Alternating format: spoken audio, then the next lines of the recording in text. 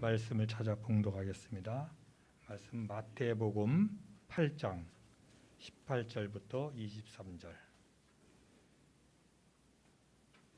마태복음 8장 18절부터 23절입니다.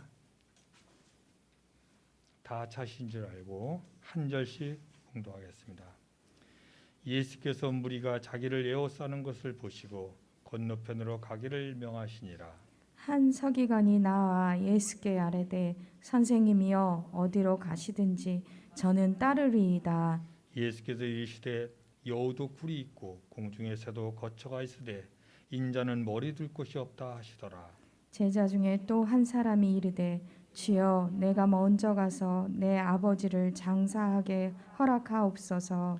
예수께서 이르시되 죽은 자들이 그들의 죽은 자들을 장사하게 하고 너는 나를 따르라 하시니라. 배에 오르심에 제자들이 따랐더니 아멘. 아멘. 목사님 나오셔서 하나님의 말씀 전해드리겠습니다.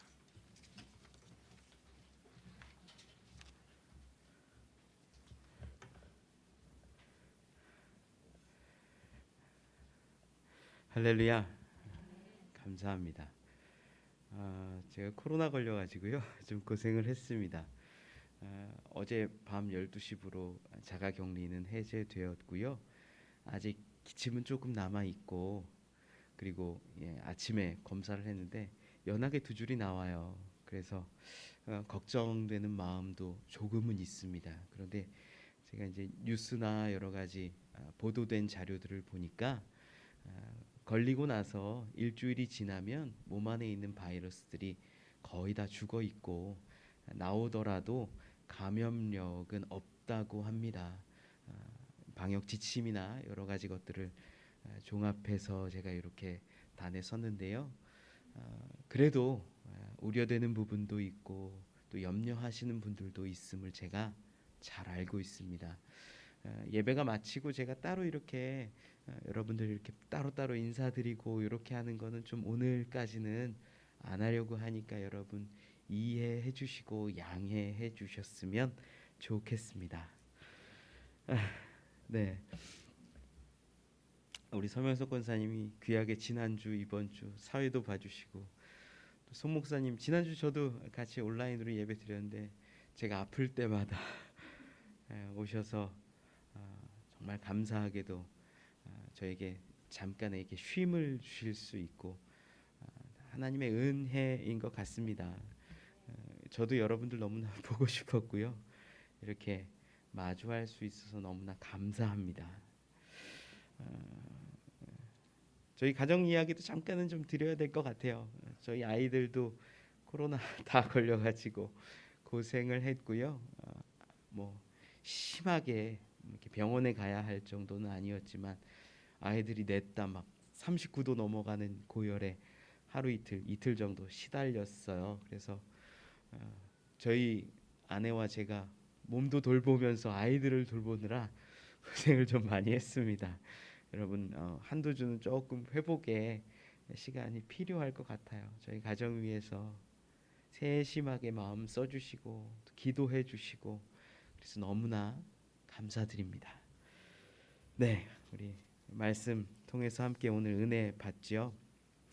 오늘 본문 마태복음 8장을 보기 전에 배경이 있어요.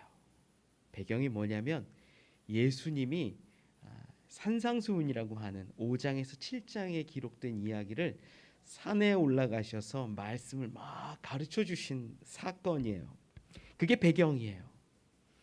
산에 오르셔서 예수님이 말씀을 가르치시는데 그 말씀 하나하나가 얼마나 위로가 되고 힘이 되고 은혜가 되었는지 많은 사람들이 감동받고 예수님을 좋아했습니다. 이 산상수훈 많이들 알고 계시죠? 마태복음 5장에서 7장에 있는 이야기, 팔복의 이야기를 시작으로 해서 위로하시고 복 주시는 말씀에 대해서 가르치며 또한 율법에 대해서도 너희가 온전한 율법을 지켜라. 마음으로부터 중심으로부터 행하는 그러한 율법이 참되다. 이러한 이야기들 말씀하시지요. 사람들에게 보이기 위한 그러한 기도가 아니라 골방에서의 기도. 하나님과 너가 하나 되고 은밀히 만날 수 있는 그 기도가 귀한 기도, 진정한 기도다. 이런 신앙의 정수도 가르쳐 주셨습니다.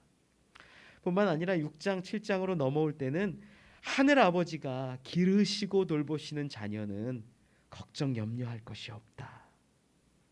아버지의 뜻대로 행하는 삶이 진정한 하나님의 자녀된 삶이다. 이런 이야기들이 산상수훈의 가르침입니다. 이러한 이야기를 끝내고 나자 수많은 사람들이 예수님을 따라다녔어요. 오늘 본문 마태복음 8장으로 딱 넘어보면 마태복음 8장 1절에 이렇게 기록해요. 예수께서 산에서 내려오시니 수많은 무리가 따르니라. 산에서 가르치시고 또 수많은 이야기들을 들려주셨을 때 사람들이 행복했고 위로받았고 힘을 얻었다라는 것이지요. 그렇게 예수님이 산에서 내려오셔서 때로는 사람들을 만나서 병을 낫게 하시고 치료하시는 장면들도 이 8장에서는 계속 이어집니다. 그런데 이 오늘 본문을 보면요, 수많은 사람들이 애워싸고 예수님을 따라다니는데 이러한 무리 가운데 예수님이 제자들을 구분짓는 장면이 나옵니다. 수많은 사람들이 예수님을 따라다녔어요. 지금도요, 예수 믿는 사람 많아요. 교회 다니는 사람 많습니다. 예수님 내 구주입니다 라고 인정하면서 교회에 와서 매주 예배드리고 헌금하고 봉사하는 사람 정말 많아요. 지금도 오늘 본문 가운데에도 예수님을 따라다니고 애워싸는 사람들이 많지 않습니까? 오늘 18절 말씀에 뭐라고 기록해요? 예수께서 무리가 자기를 애워싸는 것을 보시고. 이미 예수님이 가는 곳곳마다 수많은 사람들이 예수님을 애워싸고 있었어요. 예수님 슈퍼스타였습니다. 그런데 예수님은 그 상황에서 무리와 제자들을 구분하셨다라는 거예요. 무리와 제자를 어떻게 구분하셨냐? 오늘 본문을 가지고 좀 보면 18절에 계속 보면 이렇게 기록하죠. 예수께서 무리가 자기를 애워싸는 것을 보시고 건너편으로 가기를 명하시니라. 무엇을 보시고 명하셨어요? 무리가 자기를 애워싸는 것을 보시고 건너편 가기를 명하셔요. 이 당시에 예수님이 지냈던 이 갈릴리 호수는요, 배가 있기는 있는데 배가 지금 우리가 보는 유람선처럼 큰 배들이 결코 아닙니다. 뭐 타봤자 10명, 20명 정도 타면 정말 다 타는 그런 작은 배들이 대부분이에요. 고기 잡는 배들이었어요. 여기가 막 대양은 아니었거든요. 호수 같은 바다였잖아요. 그곳에 있는 배니 얼마나 컸겠어요. 수많은 무리가 예수님을 애워싸는데 이제 배를 타고 건너편으로 가면 그 배에 탈 수 있는 사람이 몇 명쯤 되겠습니까? 기껏해야 10명, 20명. 예수님이 원하는, 예수님이 지명한 제자들만 탈 수 있었다라는 거죠. 지금 예수님은 수많은 무리가 애워싸는 것을 보시고 계셨지만 그들을 두고 제자들을 택하여서 배에 탈 사람들을 택하여서 배를 타고 건너편으로 가기를 원하셨던 거예요. 실제로 예수님은요, 제자들을 부르실 때 이 마가복음 3장 13절 이하에 이렇게 기록해요. 또 산에 오르사 자기가 원하는 자들을 부르시니 나아온지라. 이에 12를 세우셨으니 이는 자기와 함께 있게 하시고 또 보내사 전도도 하며. 예수님이 제자들을 원하는 자들을 부르셨던 거예요.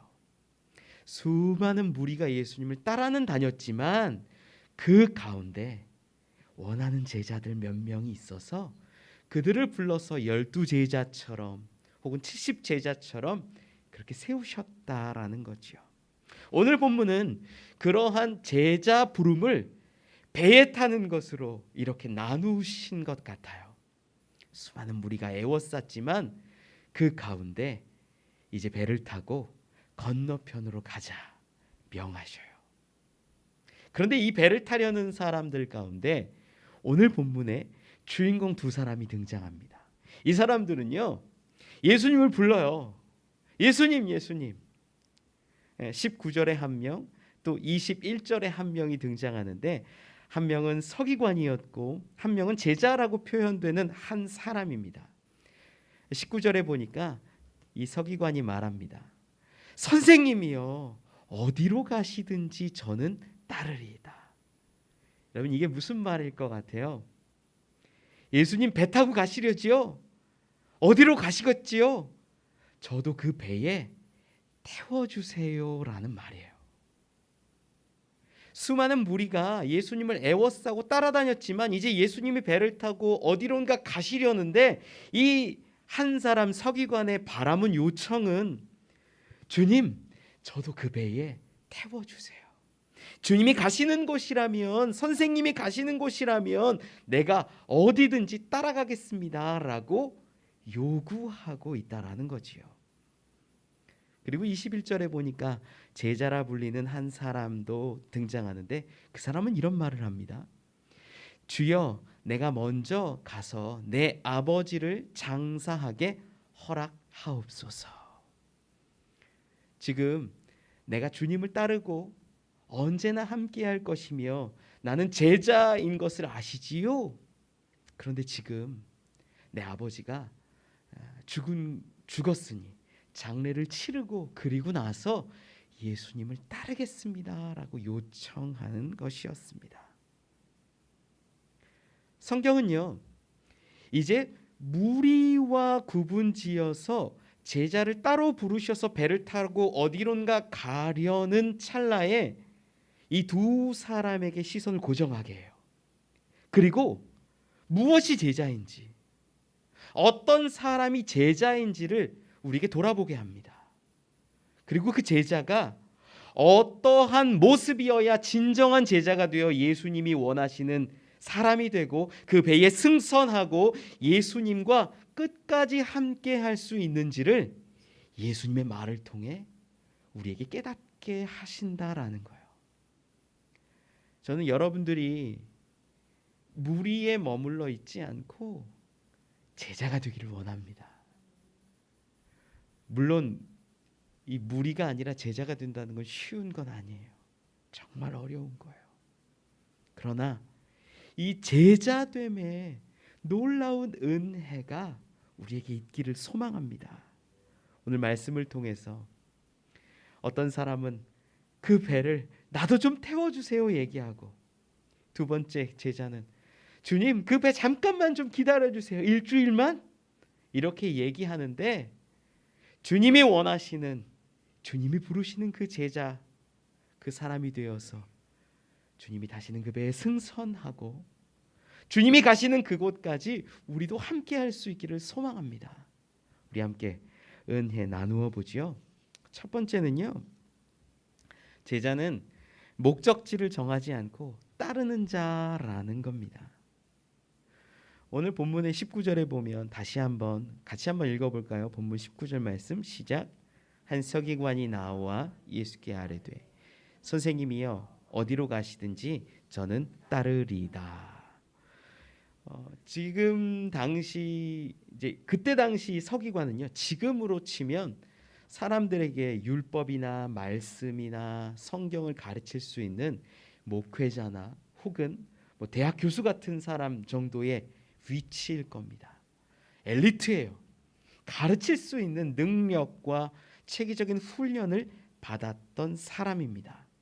이러한 사람이 예수님께 부탁하고 요청하기를 그 배에 내 자리도 좀 마련해 주십시오라고 말한 거예요. 실제로 많은 사람들이 예수님의 가르침에 감동받았고 예수님이 병을 고치실 때는 기적에 놀라워하면서 예수님을 따라다녔습니다. 예수님을 애워쌉니다. 그런데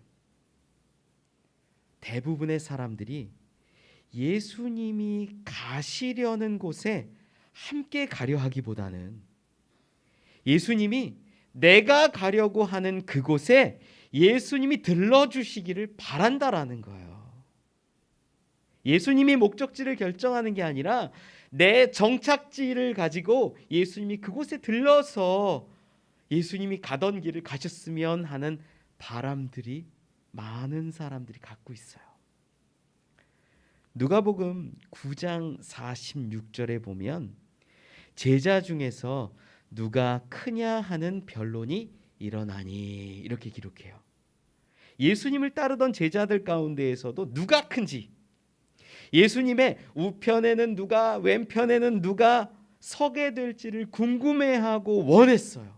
제자들이요. 저들은 예수님이 메시아인 것을 어렴풋이는 알고 있었는데 이 메시아가 이 육적인 메시아라고 생각했던 것 같습니다.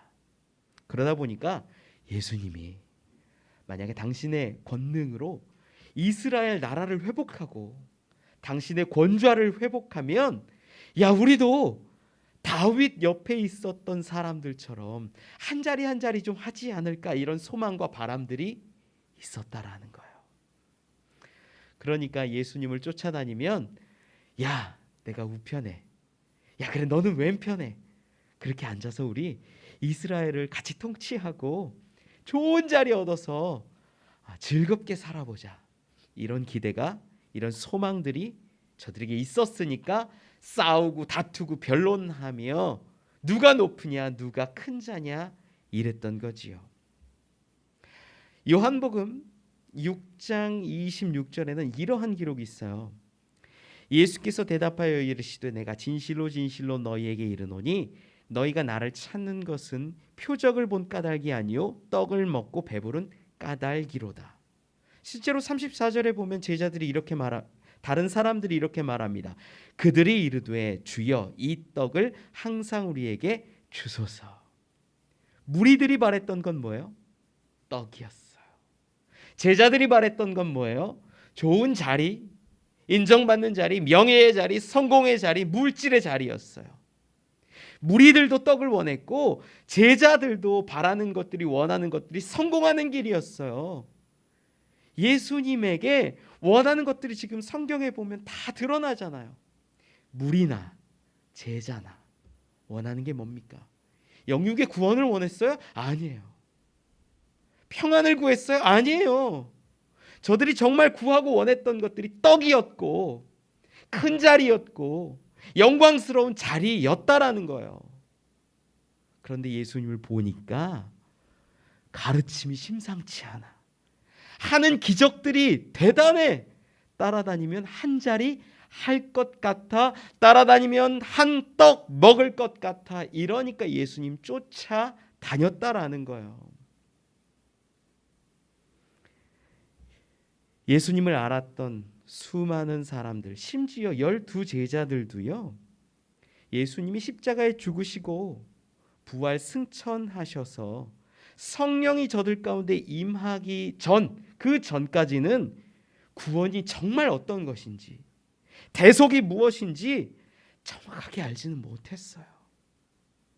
그래서 바라는 것들이 자기의 소원, 자기의 욕망, 이런 것들에 비추어서 예수님이 주시기를 바랬다라는 거예요. 세상의 성공, 물질, 먹을 것, 떡과 음료, 입을 것 이러한 것들을 바라고 원하며 예수님께 나와왔고 그리고 나는 예수님을 믿어. 나는 예수님을 따라.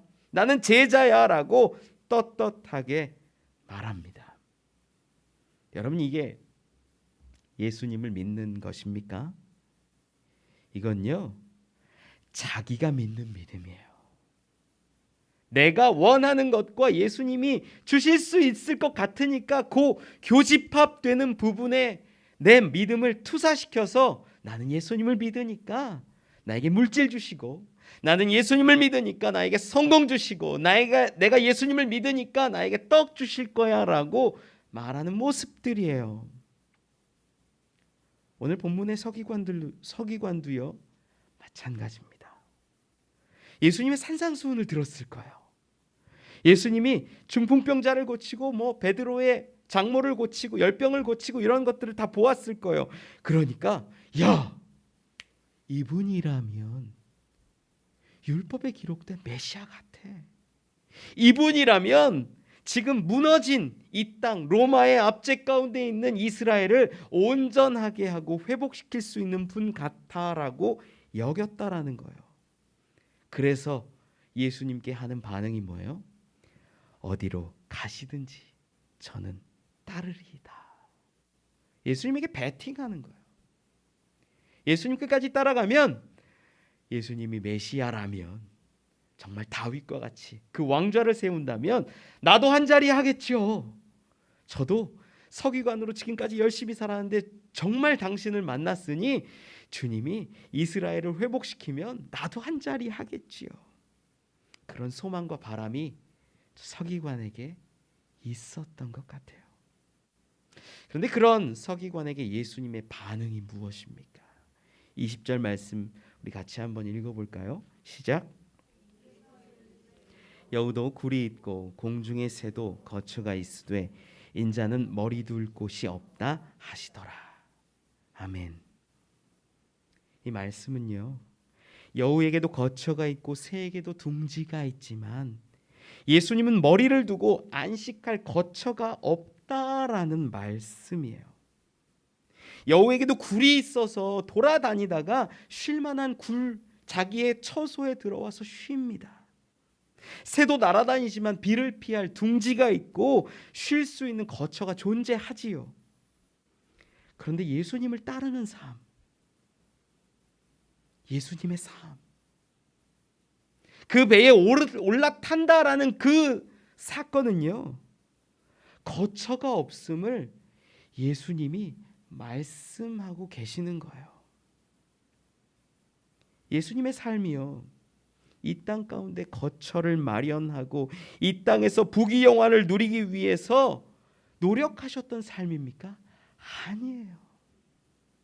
예수님은 결코 이 땅 가운데서 자기의 것을 위해서 일하거나 노력하신 것이 아무것도 없어요. 오히려 예수님은 이렇게 말씀하셨을 것 같아요. 나는 머리 둘 곳 하나 없다. 나는 머리 둘 곳 하나 없이 사람들에게 홀대받을 것이고 핍박받을 것이고 박해받을 것이다. 나는 처소가 없고 의지할 곳이 없다. 그런데 내가 나를 따르겠다고? 나를 따른다라는 것이 무엇인 줄 아느냐? 나를 따른다라는 것은 아무 의지할 것 없이 거처 없이 이 땅에 소망을 두지 않고 살아가는 것이란다라고 말하는 것일지 모른다라는 거예요. 예수님은 이 땅에 당신의 왕좌를, 다윗과 같은 그 왕좌를 구축하러 오시지 않았습니다. 세례 요한이 이런 말을 했어요. 요한복음 1장 29절에 보라, 세상 죄를 지고 가는 하나님의 어린 양이도로다. 이 땅에 대속제물로 오셨고 이 땅에 십자가의 질고를 지러 오셨다라는 거예요. 이게 예수님의 삶의 목적이었어요. 예수님의 행선지였어요. 예수님이 가시는 그 길의 끝 모습이었다라는 거예요. 여러분, 예수님이 마지막 숨을 거두시는 그곳이 어디입니까? 거처가 있어요? 십자가였어요. 아무도 바라보지 않고 아무도 인정해주지 않는 그곳에서 예수님은 숨을 거두시지 않았습니까? 예수님의 거처는 그렇게 십자가가 되어서 머리 둘 곳 없는 그곳에서 숨을 거두셨다라는 거예요. 예수님의 삶은 박해였고 고난이었고 질고였습니다. 그런데 사람들은요, 서기관은요, 어디로 가시든지 저는 따르리이다 이렇게 말합니다. 제자들도요, 예수님을 바라보면서 예수님이 가시는 그 길의 행선지의 끝에는 영광이 있고 성공이 있고 물질이 있고 좋은 자리가 있을 거라고 생각하니까 마가복음 10장 37절 이하에 이렇게 말해요. 여짜오되 주의 영광 중에서 우리를 하나는 주의 우편에 하나는 좌편에 앉게 하여 주옵소서. 예수께서 이르시되 너희는 너희가 구하는 것을 알지 못하는도다. 내가 마시는 잔을 너희가 마실 수 있으며 내가 받는 세례를 너희가 받을 수 있느냐. 제자들은요, 예수님이 가시는 그 길이 마지막 그 장면이 어떤 것인지 모르니까 나도 그 자리에 가겠습니다. 우편에 좌편에 서게 하여 주옵소서. 그 잔을 마시게 하여 주옵소서. 이렇게 말했어요. 그런데 예수님의 정말 마지막 그 자리는 어디입니까? 십자가였어요. 박해였어요. 죽음이었어요. 고난이었다라는 겁니다. 여러분, 예수님을 따르는 자리요, 제자의 자리가 어떠한 자리인지 여러분들이 볼 수 있기를 원합니다. 그 자리는요, 결코 영광의 자리가 아니에요. 결코 성공의 자리가 아니에요. 예수님이 머리 둘 곳 없이 계셨다라는 십자가의 자리가 진짜 예수님을 따르는 제자들의 자리라는 것입니다. 예수님을 따를 때에 부귀와 영화, 권세와 능력이 있는 것이 결코 아닙니다. 예수님을 따른다는 것은 거처도 없고 희생과 고난, 죽음이 따르는 길이라는 겁니다. 예수님은 분명하게 우리에게 말씀하세요. 누가복음 14장 27절에 누구든지 자기 십자가를 지고 나를 따르지 않는 자도 능히 내 제자가 되지 못하리라. 여러분, 예수님의 제자의 삶은요, 무리와 구분된 제자의 삶은요, 그 배에 올라타 예수님이 가시는 그곳까지 함께 가는 그 삶은요, 자기 십자가를 지는 삶이고 고난과 박해를 감당하는 삶이라는 것입니다. 오늘 본문을 넘어가서 보면요, 실제로 배를 타고 예수님이 떠나시잖아요. 그 장면에 마태복음 8장 24절에 보면 이런 기록이 있어요. 바다에 큰 놀이 일어나 배가 물결에 덮이게 되었으되 예수께서는 주무시는지라. 큰 놀이 일어나 배가 물결에 덮인다고 기록합니다. 여기 쓰인 큰 놀이라는 것이요, 헬라어로는 세이스모스라는 단어인데 이게 어떤 거냐면 똑같이 세이스모스라는 단어를 썼던 것이 요한계시록 11장 13절에 나와요. 이 요한계시록 11장 13절에 기록이 나오는 그때의 큰 지진이 나서 할 때 이 큰 지진이 이 세이스모스라는 단어예요. 지금 예수님이 제자들과 함께 배를 타고 큰 노을 가운데 바다에서 놀라운 그 지진을 경험하는데 예수님 뭐하고 계셔요? 주무시고 계시죠. 저는 그 장면 보면서 예수님 왜 주무실까? 왜 큰 지진, 정말 죽을 것 같은 지진, 큰 지진, 이러한 상황이 일어나는데 예수님 왜 주무실까? 이런 생각을 했던 적이 있어요. 너무나 편안하게 거기서 주무시고 계시거든요. 이러한 지진 같은 놀이 일어나는 상황이라면 깰 법도 한데 예수님 너무나 편안하게 주무세요. 예수님의 삶, 이 땅에서의 삶은요, 죽음을 향한 삶이고 고난과 희생을 향한 삶이며 거처가 없는 삶이셨기에 그러한 삶의 모습을 제자들에게 보여주려고 하셨던 복선은 아니었을까라는 상상을 해봤어요. 여러분, 예수님을 따른다라는 건요, 정말 죽음을 각오하지 않고는 불가능한 겁니다. 그래서 수많은 사람들이 한쪽은 예수님께, 한쪽은 세상에게 반반 이렇게 붙잡고 살아가요. 그들은 하나님이 내치시는 일을 당합니다. 여러분은 어디에 서시겠습니까? 여러분은 어느 곳에 있겠습니까? 물론 무리와 같은 삶이 무조건 나쁜 건 아니에요. 특별히 제자로 부르심을 받아 주님과 끝까지 함께하는 자들은 더 큰 상급과 더 큰 은혜가 있음을 우리는 알아야겠지요. 우리는 제자됨의 소망을 한번 돌아봐야 합니다. 예수 믿는 삶도 한번 돌아보아야 합니다. 예수님을 따르고 예수님을 따르는 삶은 내가 세운 목표, 내가 정한 목적지를 놓고 그곳까지 간다면 저도 한번 끼워주세요 라는 것이 아닙니다. 십자가의 삶, 내 십자가를 지고 예수님을 따르는 그 삶이 참 제자의 삶이라는 겁니다. 주님은 거처도 없고 머리 둘 곳도 없으셨지만 그렇게 걸어가셨을 때 죽음에 이르렀고 부활과 승천이라는 것을 경험했지요. 우리도 주님 따라 내 십자가 지고 걷는다면 동일한 놀라운 역사를 경험하게 될 것을 믿습니다. 내 목적지를 주님께 요구하는 것이 아니라 주님의 목적지에 내가 이르는 주님과 동행하는 저와 여러분 제자들 되시기를 간절히 축원합니다. 두 번째 은혜 나누기를 원하는 것은요, 제자는 우선순위를 분명하게 정한 자라는 겁니다. 두 번째, 예수님이 배에 오르려는데 예수님을 막아선 사람이 등장해요. 21절 말씀 같이 한번 읽어볼까요? 시작.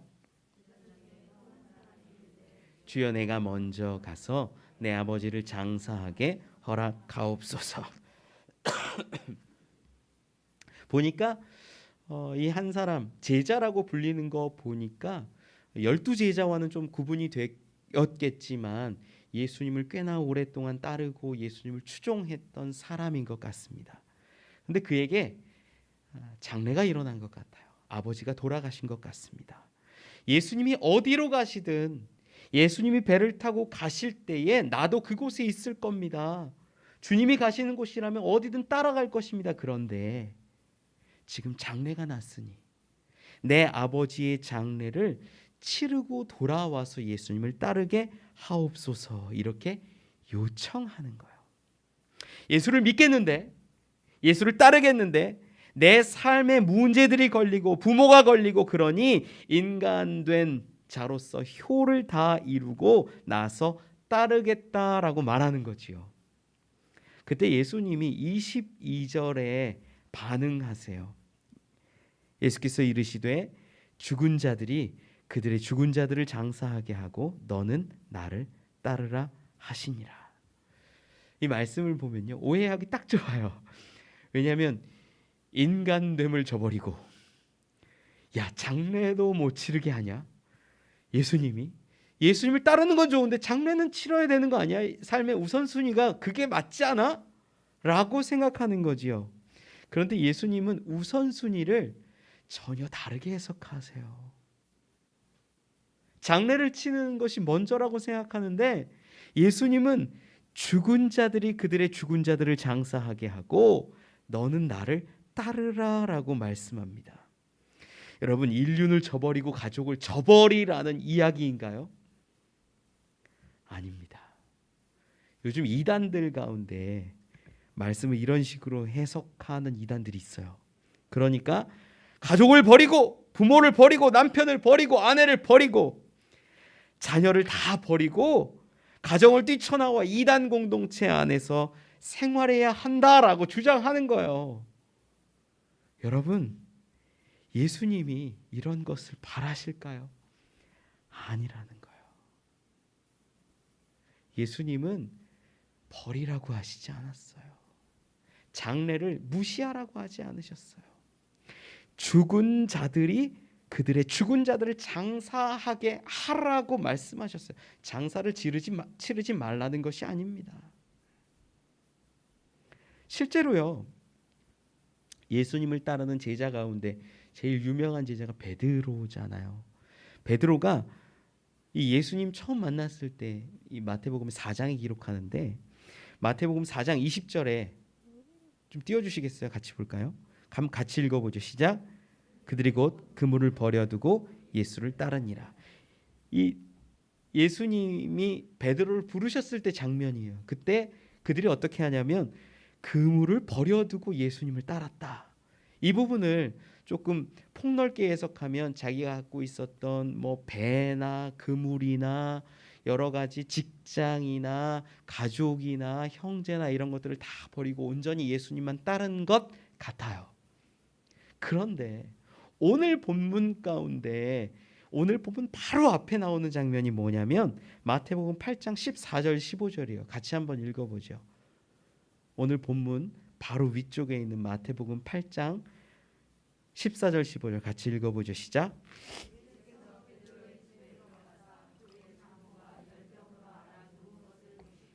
그의 손을 만지시니 열병이 떠나가고 여인이 일어나서 예수께 수종들더라. 아멘. 베드로가 자기가 갖고 있는 거 뭐 그물이며 가족이며 다 버리고 예수님 쫓아간 것 같은데 지금 8장에 나와서는 예수님이 어디에 가셨어요? 베드로의 장모에게 가셔서 그 열병을 고쳐주셨어요. 결코 베드로는 그 장모를 처가를 버리지 않았다라는 것을 우리는 알 수 있지요. 예수님은요, 나를 따르라라고 말씀하실 때 가족을 버리라고 하시는 것이 아니라 너의 우선순위를 분명히 하라고 가르쳐주고 계신 거예요. 죽은 자의 세상에서 죽은 자들을 위해 일하는 것이 아니라 영적으로 살아있는 자라면, 깨어있는 자라면 진정한 제자는 예수 그리스도 주님을 따르는 삶을 살아야 한다라고 가르쳐주고 있는 것이라는 겁니다. 수많은 무리와 구분되어서 12명의 제자를 부르셨어요. 정말 예수님을 따르고 예수님과 함께 있고 전도도 하고 귀신을 쫓고 하나님 나라의 일을 하는 사람들은요, 우선순위를 분명하게 하는 사람이라는 거예요. 이것은 무엇을 이야기합니까? 가족도 중요하지요. 하지만 영적으로 죽은 자는 죽은 자들이 그들을 돌보게 하고, 네가 정말 살아있는 자라면, 네가 제자라면 너는 나를 따르라라고 우선순위를 말씀하고 계신 거예요. 그런데 많은 사람들이 이 장면을 가지고 오해해요. 어떻게 오해하냐면 우선순위의 문제를 양자택일로 바꾼 거예요. 양자택일로. 우선순위가 되면 뭐냐면 내가 하나님의 일, 영의 일, 하나님 나라를 위한 일, 예수 그리스도를 위해서 하는 일이 우선순위가 되어서 따라갈 수 있는 건데, 양자택일로 자꾸 오해해서 흑백 논리로 바꾸니까 너 교회 갈 거야, 집에 있을 거야, 이런 걸로 바뀌는 거예요. 여러분, 아니에요. 우선순위라는 것은요, 내가 가정을 포기하고 가정을 버리라는 의미가 결코 아닙니다. 육에 속한 일, 땅에 속한 일들을 다 버리고 구분 지어내라는 이야기가 아니에요. 이 땅은, 이 내가 육이 속한 이곳은요, 여전히 내가 살아가고 내가 섬겨야 하며 내가 선교해야 하고 하나님의 뜻을 이곳에 심어야 하는 내 토대요, 내 터전이 된다라는 거예요. 그런데 예수님은 우선순위를 분명하게 하셔서 너는 나를 따르라. 네가 살아있는 자라면, 영적으로 살아있기를 원한다면 이것을 먼저 행하라라고 가르쳐 주시는 거라는 거죠. 수많은 사람들이 죽은 자들의 세계에서 죽은 자들이 중요하게 여기는 것을 따르는 것에 관심 갖는 것이 아니라 영적으로 살아있는 자로서 산 것에 관심을 사는 것이 필요한데 이걸 못한다라는 거예요.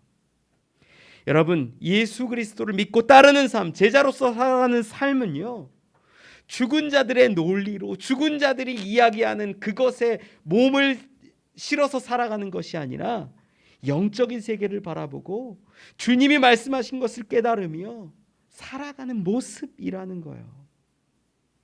죽은 자들이 말하는 게 뭡니까? 영적으로 죽은 자들이 하는 말들이 뭡니까? 다들 물질로 살아. 다들 그래도 정으로 살잖아.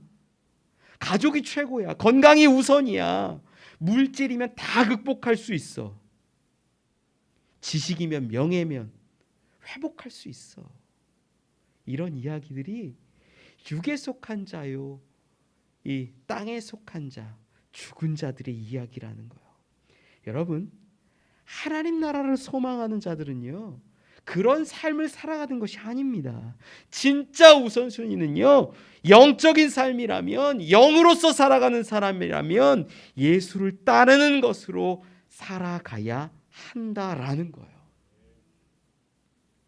만약 여러분들이 살아가는 삶의 자리에서 가족이 여러분의 신앙을 핍박하고 박해한다면, 양자택일에서 가족을 끊어내고 교회에 오고 신앙 갖는 거 그거 아니에요. 예수님의 사랑으로 육적인 방식이 아닌 영으로 살아있는 사람으로서 가족을 더 사랑하고 섬기고 저들을 위해 기도하는 것이 필요한 것입니다.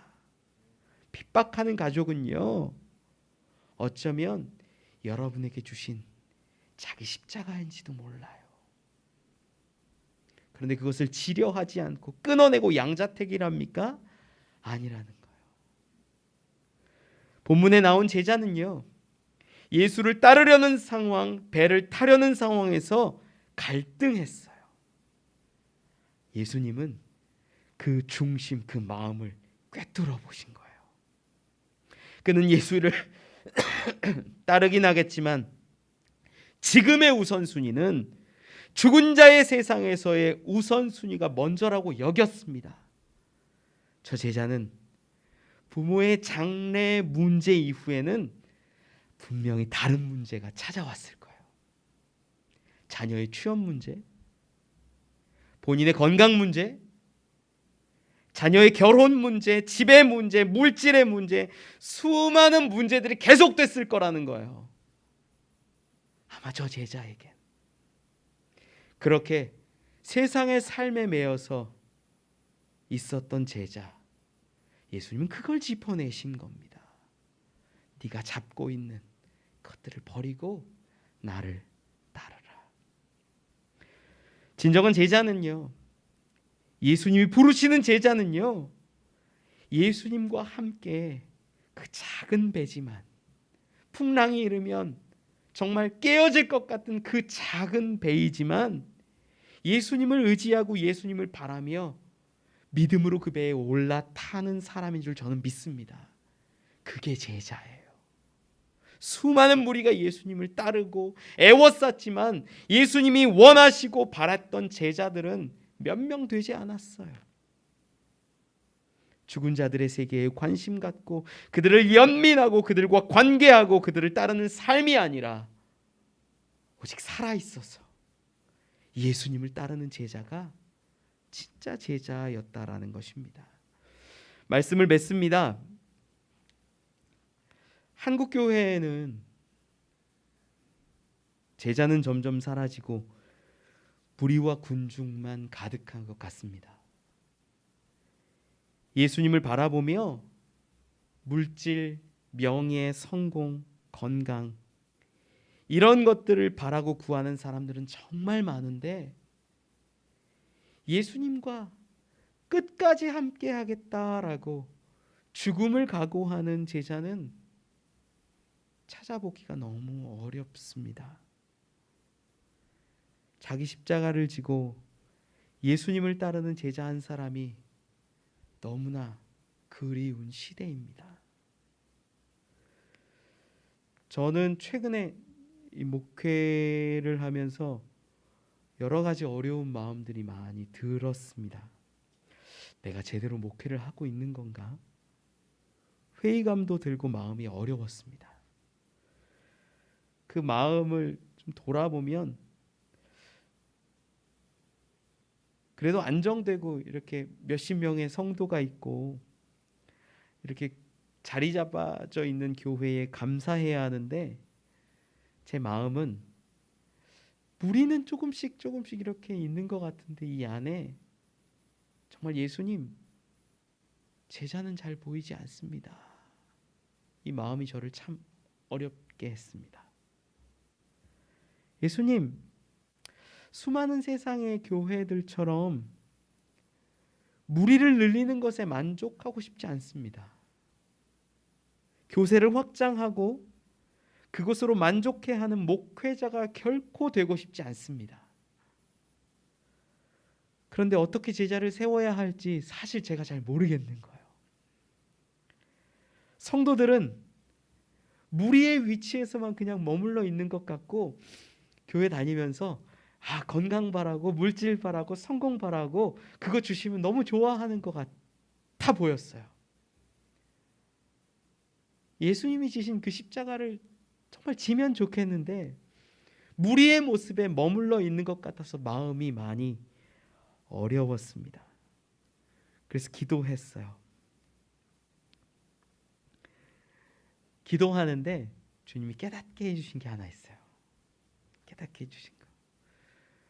오늘 말씀은 여기까지인데 이게 더 재밌나 봐요. 주님이 깨닫게 해주신 게 뭐냐면 예수님이 저에게 주시는 마음이 나도 살아있을 적에 제자를 완성하지 못했다. 그런 마음을 주시는 거예요. 실제 그랬거든요. 예수님이 죽으시고 부활하시고 승천하신 이후에 성령의 임재하심으로 제자들이 정말로 완성됐지. 그들이 예수님이 살아계시던 동안 저들도 무리에 가까웠어요. 예수님 바라보면서 큰 자리 높은 자리 얻기를 원했고 심지어 예수님 잡히시고 고문당하실 때는 예수님 모른다 부인하기도 했지요. 제가 예수님의 그 마음을 딱 받고 나서는 마음이 한결 가벼워지더라고요. 예수님도 못했네. 예수님도 못했네. 그리고 저에게 깨닫게 하신 게 성령을 구해라 라는 거였습니다. 그리고 저를 보게 하시는데 저도 제자가 아니더라고요. 저도 제자인 척하지만 무리에 가까웠고 저도 제자인 것 같지만 그 예수님의 정말 성령에 붙잡힌 그런 제자가 아니라 예수님 저도 한 자리 주세요라고 구하고 있는 그러한 못난 제자의 모습이 바로 저의 모습이더라고요. 여러분 저도 그렇고 여러분도 그렇고 우리가 아직 다 제자의 모습에 이르지 못한 것 같아요. 그러니까 우리 성령 구할 수 있는 것 아닐까요? 그저 우리가 할 수 있는 거는요, 오늘 본문을 통해서 진짜 제자는 이거구나, 내가 원하는 것이 아니라 주님이 가시려는 그곳에 내가 가는 거구나, 주님이 가시는 곳이 머리 둘 곳 없고 거처 없는 그곳일지라도 내가 따르겠습니다라는 소망으로 일어서는 사람들이 이곳에 있었으면 좋겠어요. 그리고 세상에 죽은 자들이 죽은 자들의 이야기로 그것으로 우리를 얽매이고 우리를 유혹하고 우리를 어렵게 하지만 진정 살아있는 자가 되어서 주님의 제자로 세워지기를 소망합니다. 우리 아직 부족하고 연약하니까 성령 구하는 거예요. 그리고 성령이 임할 때 제자들이 진정한 제자로 세워졌던 것처럼 우리 교회 안에도 무리들이 바뀌어 육의 제자들이 바뀌어 온전한 제자가 될 것을 믿습니다. 그러한 주님을 따르는 제자, 주님과 함께하는 저와 여러분 되시기를 간절히 축원합니다. 기도하